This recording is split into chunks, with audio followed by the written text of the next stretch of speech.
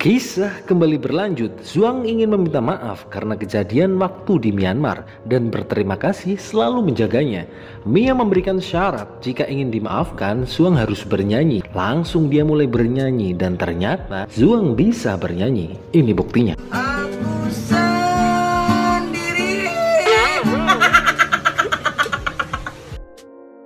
Batu penghalang sudah dihancurkan, mereka lanjut eksplorasi.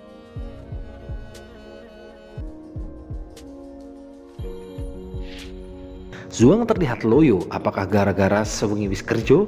Peti makam masih tertutup, berarti belum ada perompak yang masuk. Para tim melihat tanda-tanda sekitar, kali aja nemu gopean. Lalu ketika sedang mencatat di area makam, Zhuang mengaktifkan mata dewanya. Dia melihat ke dalam peti. Di dalamnya ternyata terdapat air raksa. Entah kenapa, Zhuang terlihat lemas.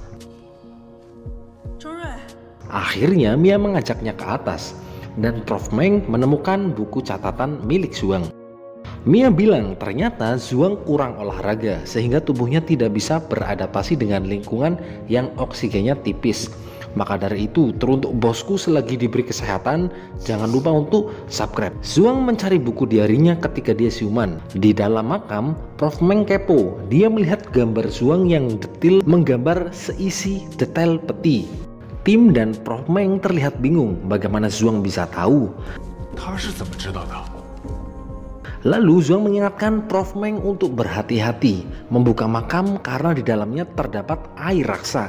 Dan ternyata Zhuang sedikit letoy. Bukan karena kurang oksigen, tetapi karena ada gas yang berbahaya dan itu akan membahayakan tim arkeologi. Akhirnya Zhuang bergegas menyusulnya walaupun sendirinya sedang loyo. Mereka sudah memakai masker las bubut. Benar, di dalam ada air raksa dan jika terkena udara panas, maka air raksa itu akan mendidih dan orang yang membuka akan keracunan merkuri. Zhuang bilang dia tahu ini karena Bate pernah bilang kalau di daerah situ pohon-pohon tidak bisa tumbuh atau susah tumbuh. Lalu Zhuang mulai lemas lagi. Tumben kali loyoan banget.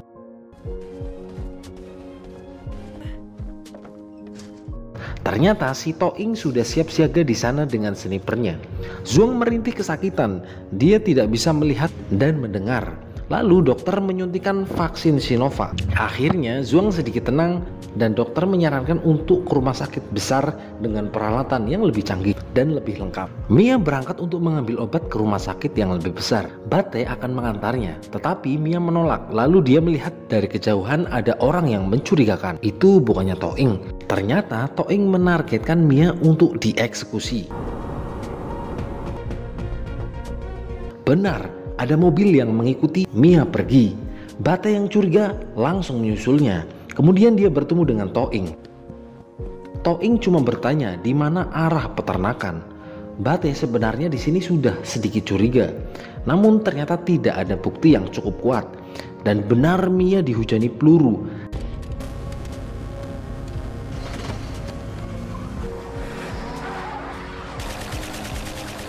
Jelas dia tidak bisa melawan.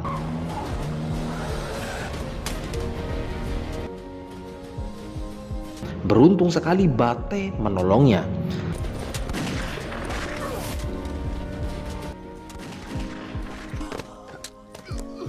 Mia bilang kalau mereka memang diincar dan orang-orang ini hanya ceremente. Lalu Mia pergi dengan kuda untuk ke peternakan. Jelas Bate semakin suka karena Bate suka wanita yang bisa ngebek. Prof Meng melanjutkan pembugaran makam. Aneh, mereka tidak menemukan tulang belulang. Mia akhirnya mendapatkan obat dan usahanya dibayar dengan tangan yang terluka. Sungguh wanita idaman. Lalu Mia mengembalikan kunci kuda ke Bate. Bate minta kepastian ke Mia dan beruntung Ding datang. Ding tahu kalau Mia terlihat sangat khawatir ke Zhuang, namun Mia malu mengakuinya. Huang dan Peng ternyata sedang makan, pantas saja. Susah sekali dihubungi. Lalu kemudian Mia bercerita, Zhuang terlihat sakit. Kemudian Mia bertanya apakah dia punya riwayat penyakit. Tidak, kata Huang. Matanya juga sering error dan Mia akan balik ke Beijing setelah Zhuang siuman. Kemudian tim bantuan sudah datang. Data rekap barang-barang yang ada di makam keluar, namun Prof Meng tidak menemukan giok yang sama seperti patung giok yang sedang dia cari. Tim yang bertopi sebut saja Kurang bilang kalau pencarian kali ini sia-sia dan usaha yang dikeluarkan tidak sepadan. Kemudian Prof Meng menjawab, ya tujuan dari arkeologi adalah penyelamatan bukan keuntungan. Kalau cari keuntungan mending live TikTok jualan sembako. Daripada dirampok ya mending dipelajari. Yue menjelaskan papan catur dan giok memiliki bahan yang sama, namun aneh sekali tidak ada kerangka manusianya. Mia bercerita kalau dia diserang oleh seseorang. Mia sudah menghubungi polisi di sana. Mungkin orang-orang itu adalah orang yang sama yang ketika menyerang di Qiwan dan mencari benda yang lebih berharga lagi. Dan Prof Meng harus segera mencari tahu. Ding menghubungi kakek Gu, kemudian melaporkan kalau makam ternyata memang penuh dengan teka-teki. Bahkan orang dahulu melakukan apa saja untuk melindungi makam. Lalu Ding menunjukkan ke kakek Gu papan catur yang dia temukan. Kakek Gu juga bingung dan mungkin ada ruangan lain yang tersembunyi di makam itu. Ding bercerita Zhuang pingsan ketika sedang melakukan eksplorasi makam. Jelas kakek Gu sangat khawatir dan marah karena hal penting tidak pertama disampaikan. Kemudian kakek Gu membuka surat dari kakek Zhuang yang bernama Qiming dan menemukan logo mata di surat itu. Apakah ini tanda-tanda? Kembali ke Mongolia masih belum menemukan petunjuk lain. Ding bilang kakek Gu berpesan mungkin ada makam tersembunyi yang belum ditemukan. Lalu Prof Meng menemukan ada bagian mencurigakan seperti tanah yang ditimbun kembali. Kemudian mereka melakukan pembugaran lagi. Mia mendapati Zhuang yang ditunggu sudah pergi. Kemudian Mia mencarinya. Malah dianya lagi sarapan bubur dengan bate. Zhuang bertanya gimana progresnya Prof Meng. Tidak menemukan tulang di makam, tapi dia hanya menemukan papan catur yang terbuat dari batu giok. Zhuang menemui Prof Meng. Menurut pemindaian, makam itu memang memiliki 2 lantai dan mereka baru menemukan kasus makam seperti itu. Biasanya makam berbentuk persegi, namun kali ini berbentuk bulat. Ding bilang lebih tepatnya mirip sebuah mata. Prof Meng memberikan pertimbangan karena Zhuang sudah 2 kali turun, namun Zhuang loyo. Karena Zhuang yang bersikukuh, Prof Meng mengiyakan dengan catatan harus keluar kalau mau semaput. Ya kalau semaput ya nggak bisa keluar ya. Mereka sudah mulai bergerak memasuki makam. Mereka menemui pintu batu dan mungkin di balik itu ada ruangan yang mungkin itu adalah makam. Mereka tidak bisa menggunakan bor karena akan berbahaya. Takutnya turun maksudnya longsor. Lalu jelas Zhuang mengaktifkan mata dewanya. Lalu Zhuang menemukan tombol rahasia dan bisa membuka pintu itu.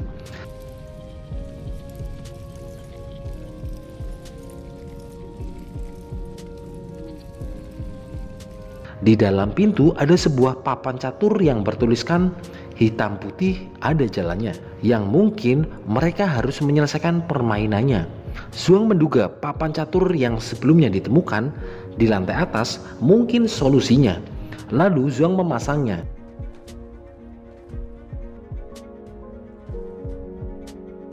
Namun tidak terjadi apa-apa. Kemudian dia mengaktifkan mata dewanya.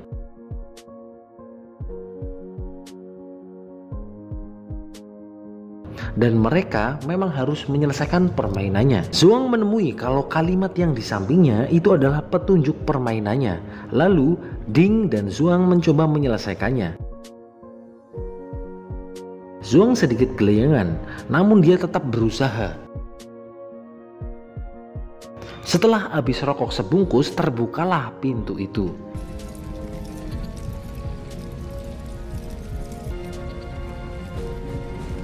Zhuang mulai melangkah ke peti penyimpanan. Di dalamnya terlihat banyak jebakan dan tantangan dan sedikit menyeramkan. Baru diomongin tiba-tiba terdengar suara tangis. Apakah itu kuntil babak? Kita nggak tahu.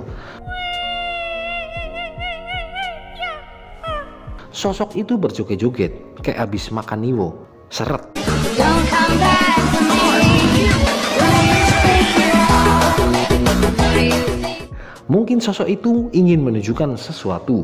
Lalu Zhuang terkejut, ternyata yang selama ini joget-joget mirip sekali dengannya. Apakah ini yang dinamakan Shiko bagi duo? Dan ternyata itu semua hanya ada di lamunan Zhuang. Lalu Zhuang disadarkan oleh Ding. Dan anehnya lagi, semua bentuk dan lokasi dalam makam ini mirip sekali seperti yang dilamunkan oleh Zhuang.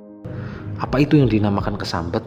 Makanya jangan suka bengong, kecuali digaji. Ding bingung, banyak sekali benda jatuh di sana. Mungkin itu efek saking tuanya tempat ini yang sudah mencapai ribuan tahun. Zhuang melihat ada simbol mata di tembok. Prof Meng menjelaskan kemungkinan besar makam ini dibuat pada tahun Raja Qin saat menyatukan 6 negara. Dilihat dari bentuk arsitektur dan koin yang ditemukan. Zhuang merasa aneh. Biasanya lukisan di makam dilukis oleh para ahli, namun lukisan di sini garisnya kasar dan lebar. Apa mungkin digambar oleh dukun?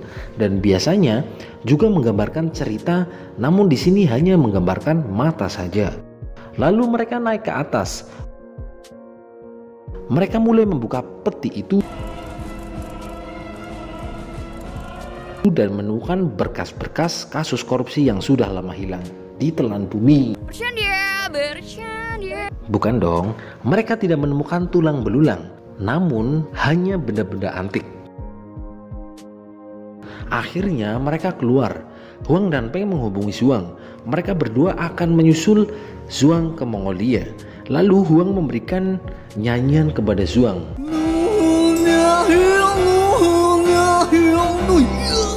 Jelas Zhuang langsung mematikannya.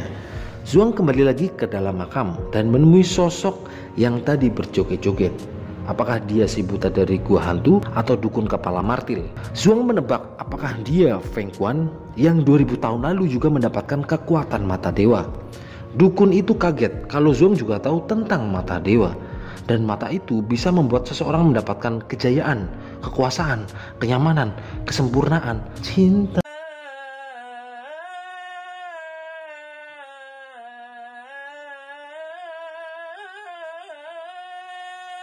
Zhuang bertanya, kenapa semua harta kekayaan ditaruh di sini? Dan jika ini makamnya, kenapa tidak menemukan tulang belulangnya? Zhuang ingin tahu rahasia kekuatan tentang mata dewa. Lalu sosok itu malah tiba-tiba menangis.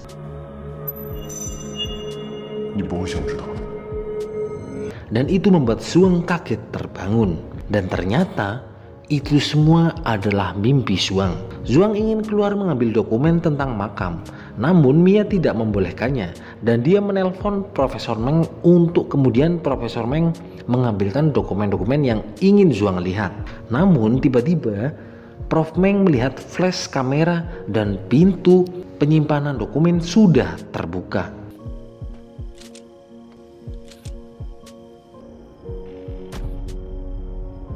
Lalu terdengar teriakan Prof Meng dari jauh. Zhuang dan Mia langsung OTW membantunya.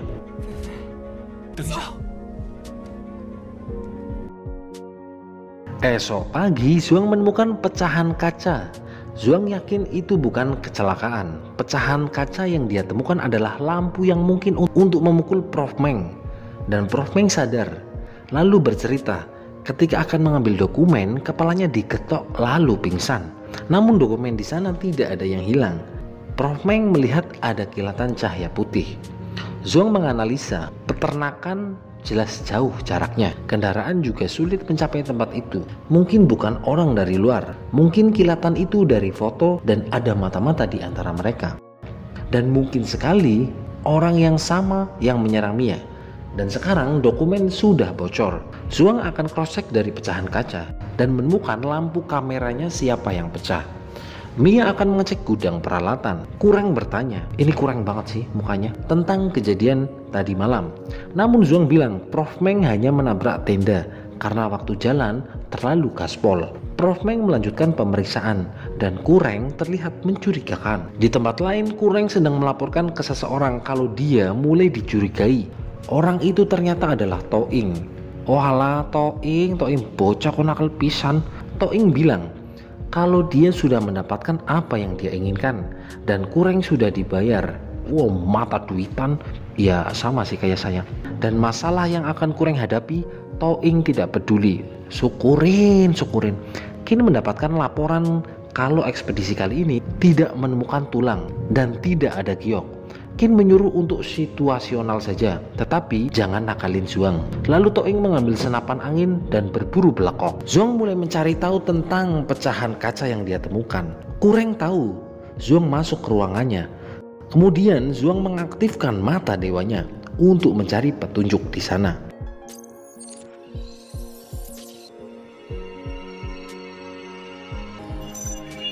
Benar, Zhuang menemukan lampu kamera yang remuk. Kureng yang tahu langsung mengambil sekop sebagai senjata. Di tempat lain, Toing memposisikan diri. Kureng menanyai Zhuang kalau dia mengambil barangnya. Zhuang bilang, ini bukan benda pribadi bos, lagian kenapa kalau diambil? Lalu Zhuang pergi dan Kureng masih tidak terima. Kemudian Zhuang bertanya, jam 1 malam dini hari, kamu kemana? Akhirnya Kureng mengaku kalau dia melakukannya. Dia yang memukul Prof Meng, dasar bejat, dan curhat kalau dia butuh uang karena rumah ortunya masih nyicil. Temannya juga sudah banyak jadi orang. Lah sebelumnya apa? Ubur-ubur. Banyak juga yang sudah punya mobil listrik dan dia butuh uang banyak, tapi Prof Meng tidak ada kejelasan tentang karirnya. Lalu Kureng meminta ampunan kepada Zhuang dan Zhuang bilang kalau mau tobat ke Yang Maha Kuasa aja. Namun Zhuang tetap pada pendiriannya. Dia akan melaporkan kejadian ini. Tiba-tiba Kureng menyerangnya dengan sekop adukan semen.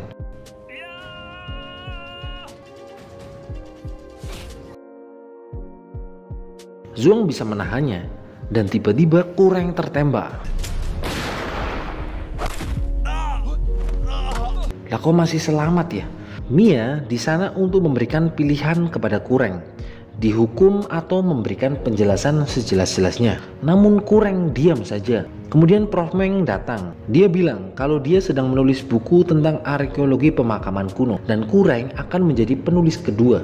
Namun karena kejadian ini semua rencana Prof Meng akan berubah. Lalu Kureng memohon dan bilang apakah ketika di penjara dia masih mendapatkan duit dari penjualan buku itu. Kemudian Prof Meng menjawab dengan lembut, kepala bapak kau dapat duit.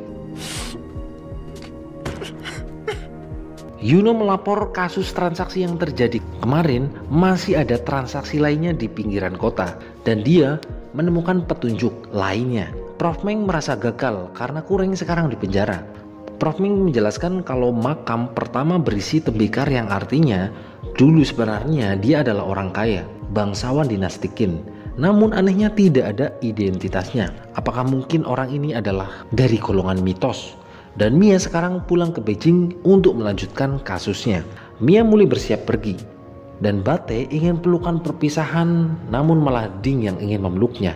Akhirnya Mia memberikan pelukannya dan ternyata Zhuang juga ikut pergi juga ternyata. Zhuang pulang namun Huang yang sedang main game tidak mau membuka pintunya. Akhirnya sambil ngeromet dia membukakan pintunya dan Huang sangat senang karena Zhuang sudah pulang.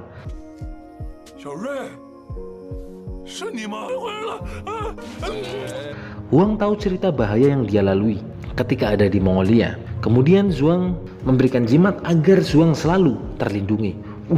Musyrik bos. Huang kepo ketika semalaman dengan Mia udah ngapain aja. Zhuang lalu mempraktekannya. Anjir, Huang malah ngarep banget ini kayaknya mah. Di tempat lain, Mia lanjut menginterogasi penjual artefak kuno. Orang itu sebut saja Gimin, bilang kalau pembeli yang waktu itu bernama Gui. Lalu Yuno langsung mengeceknya. Mia langsung melakukan penggerebekan di suatu rumah. Dengan hati-hati mulai masuk ke tempat itu.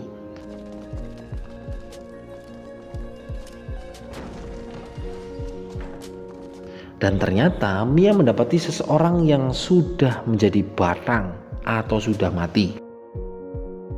Kakekku dan Ding sedang mabar. Ding marah karena kakekku lebih memperhatikan Zhuang dibandingkan dirinya.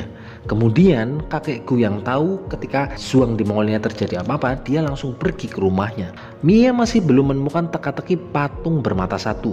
Yuno datang dan bilang kasus itu sudah dihandle tim 2. Dan ternyata hari ini adalah tanggal ulang tahun Mia. Kin melapor kepada bos Hao tentang lukisan mata satu yang digambar oleh Feng Kuan. Dan anehnya, tidak ada tulang di makamnya. Kemungkinan makam itu pernah dirampok dan membawa tulangnya. Namun di makam tidak ada tanda-tanda pembobolan makam di sana. Kemudian mereka masih akan melanjutkan pencariannya. Toing melapor kalau dia sudah membereskan orang yang berhubungan dengan transaksi patung giok sebelumnya. Dia sudah menyiapkan pesta untuk Mia. Dia sudah mengumpulkan semua orang. Kakek Gu malah asik main game dan Mia merasa dicuekin gitu aja. Lalu tiba-tiba lampu padam dan Zhuang membawakan roti ulang tahunnya ke Mia.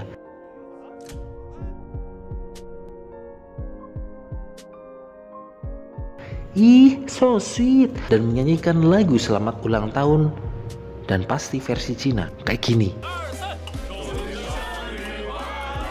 Toei yang sedang membicarakan batu mentah giok yang akan dibelinya, namun harganya hanya 60 juta yuan saja. Dan itu tidak menunjukkan kekuatan perusahaannya milik Nona Qin. Kakekku bertanya keadaan Zhuang, apakah sudah baikan? Lalu dia juga bilang kalau panca indera itu berhubungan.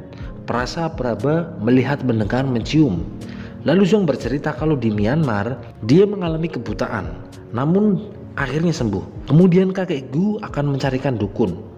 Dan Zhuang tiba-tiba dihubungi seseorang untuk bertemu di suatu tempat.